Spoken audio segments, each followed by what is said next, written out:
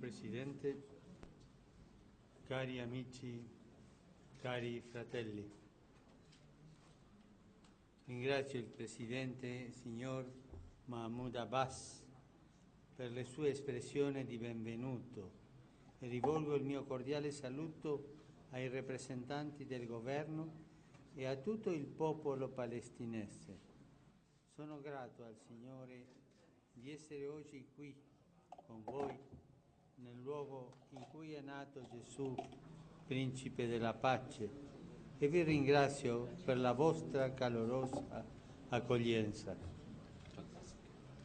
Il Medio Oriente da decenni vive le drammatiche conseguenze del protrarsi di un conflitto che ha prodotto tante ferite difficili da rimarginare e anche quanto fortunatamente non divampa la violenza, l'incertezza della situazione e l'incomprensione tra le parti producono insicurezza, diritti negati, isolamento ed esodo di intere comunità, divisione, carenze e sofferenze di ogni tipo. Nel manifestare la mia vicinanza a quanti soffrono maggiormente le conseguenze di tale conflitto, vorrei dire dal profondo del mio cuore che è ora di porre fine a questa situazione che diventa sempre più inaccettabile, e ciò per il bene di tutti. Si raddoppino dunque gli sforzi e le iniziative volte a creare le condizioni di una pace stabile, basata sulla giustizia, sul riconoscimento dei diritti di ciascuno e sulla reciproca sicurezza. È giunto il momento per tutti di avere il coraggio della generosità e della creatività al servizio del bene, il coraggio della pace, che poggia sul riconoscimento da parte di tutti del diritto dei due Stati ad esistere e a godere di pace e sicurezza entro confini internazionalmente riconosciuti. Auspico vivamente che a tal fine si evitino da parte di tutti iniziative e altri gli atti che contraddicono alla dichiarata volontà di giungere ad un vero accordo e che non si stanchi di perseguire la pace con determinazione e coerenza. La pace porterà con sé innumerevoli benefici per i popoli di questa regione e per il mondo intero. Occorre dunque incamminarsi risolutamente verso essa, anche rinunciando ognuno a qualche cosa. Auguro ai popoli palestinesi e israeliani e alle rispettive autorità di intraprendere questo felice esodo verso la pace con quel coraggio e quella fermezza necessarie per ogni esodo.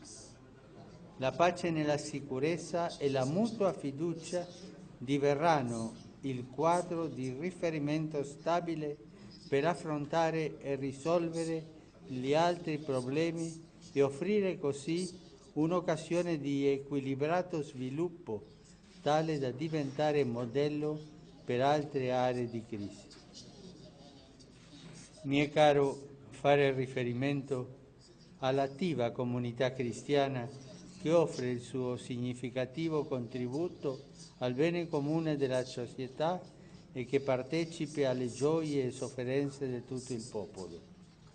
I cristiani intendono continuare a svolgere questo loro ruolo come cittadini a pieno diritto insieme con gli altri concittadini considerati come fratelli.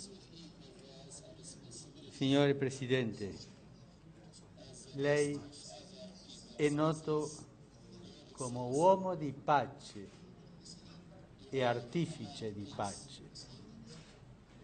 Il recente incontro in Vaticano con lei e la mia odierna, e la mia odierna presenza in Palestina attestano le buone relazioni esistenti tra la Santa Sede e lo Stato di Palestina, che mi auguro possano ulteriormente incrementarsi per il bene di tutti.